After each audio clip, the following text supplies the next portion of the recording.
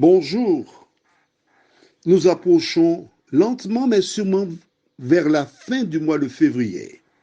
Tu te rends compte, l'année vient à peine de commencer et dans un instant, nous allons basculer dans le mois de mars. Hier, nous avons vu que Jésus est arrivé dans le pays de Gadara. Aussitôt,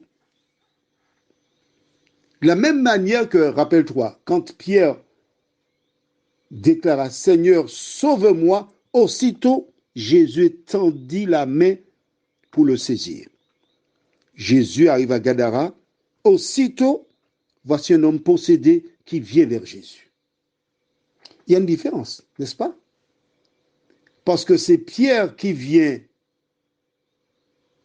et pose la question à Jésus. Jésus part à sa recherche pour le sauver, tandis que cet homme qui est possédé va vers Jésus. Il y a un problème. Tu vois la différence? Jésus tend la main pour tenir Pierre, et voici cet homme possédé, sans l'aide de quiconque, il court et se prosterne devant Jésus. Pourquoi?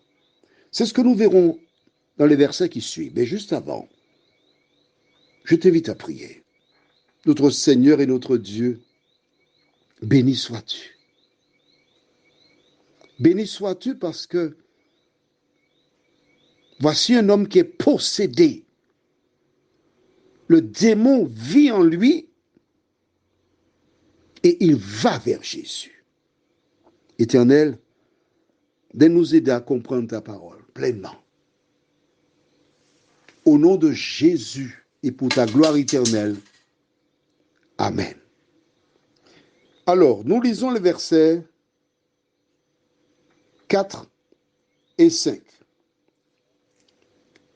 Car souvent il avait eu les fers aux pieds et avait été lié de chaînes, mais il avait rompu les chaînes et brisé les fers, et personne n'avait la force de le dompter. Il était sans cesse, nuit et jour, dans les sépulcres et sur les montagnes, criant et se meurtrissant avec des pierres.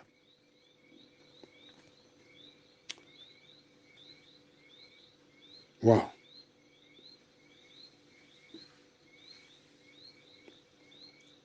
Rappelle-toi, nous avons vu au verset 2 que cet homme était possédé d'un esprit impur. Il se meurtrissait avec des pierres, il se faisait mal, sa chair était ouverte, il avait des plaies, il était sur les montagnes criant.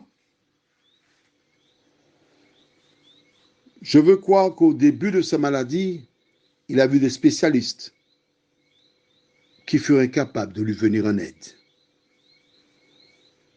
On a pris des feuilles près de la maison pour faire des thés pour calmer ses nerfs, mais en vain. Tous les éléments connus pour calmer l'homme ont échoué.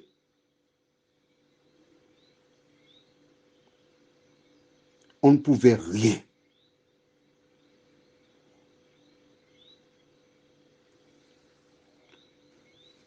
Pourquoi?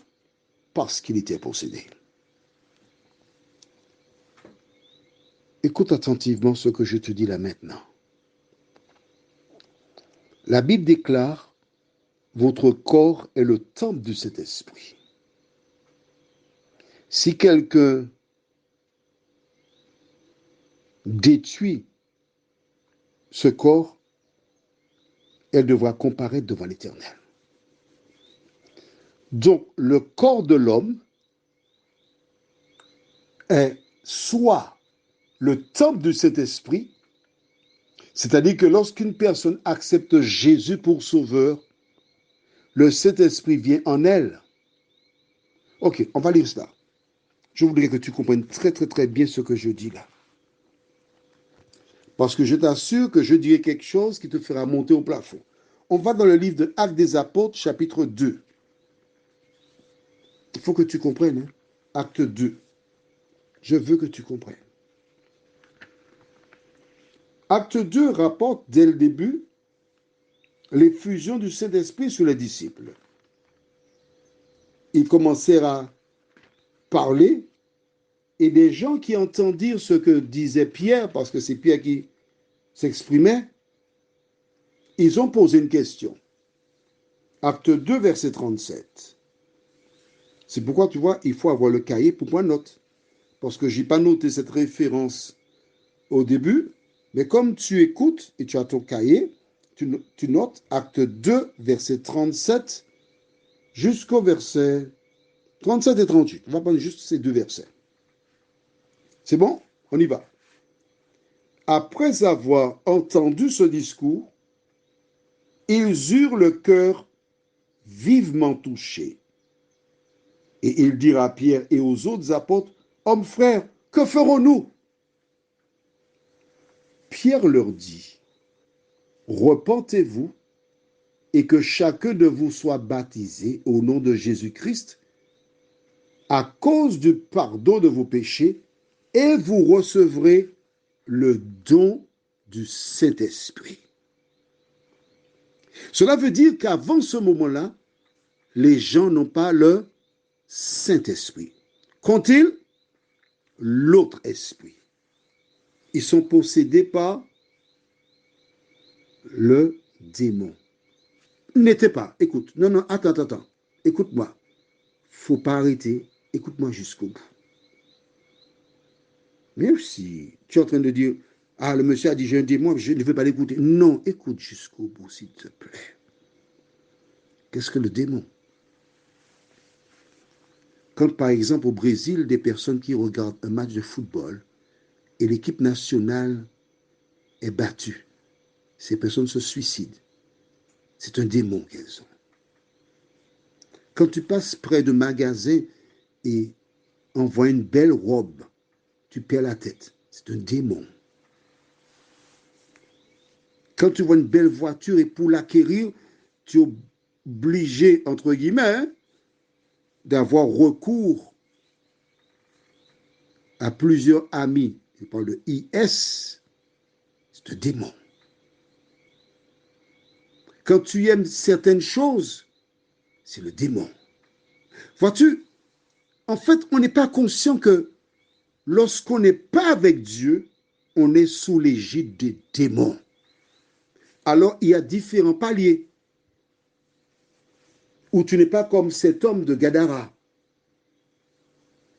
Mais quand tu passes près d'une maison de jeu et il faut que tu ailles là. Il faut que tu joues. Tu es en interdiction bancaire, mais il faut que tu joues. C'est un démon qui est là. En fait, l'ennemi a placé un grand nombre de distractions sur terre pour posséder des hommes. As-tu compris le truc? À quel moment commence-t-il? On ne sait pas. Dans certains endroits, tu peux faire un pacte avec le diable. Il te donne une voiture pour travailler, il te donne des choses. Puis à un moment, il va te dire, bon, il faut payer. Oui, tu as prévu de donner ton âme au diable. Pour réussir quelque part, tu vas voir un gars des affaires qui est boiseur. Tout cela, ce qui n'est pas avec l'Éternel est contre lui. Cet homme était possédé. Qui te possède? Dieu ou l'autre? Si c'est Dieu, je dis si, bon, si Dieu te possède, tu obéis à sa parole, tu mets en pratique ce qu'il te dit. Si c'est l'autre, tu fais le contraire. Prions. Seigneur, ce n'est pas évident de comprendre cette affaire de possession. Mais nous devons faire un choix. Nous devons te laisser la direction de nos vies.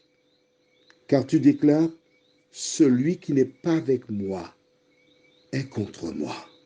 Seigneur, tu nous as donné la parole qui nous conduit dans toute la vérité. De nous aider, notre Père, à la mettre en pratique. Parce que la parole, c'est le code de la route.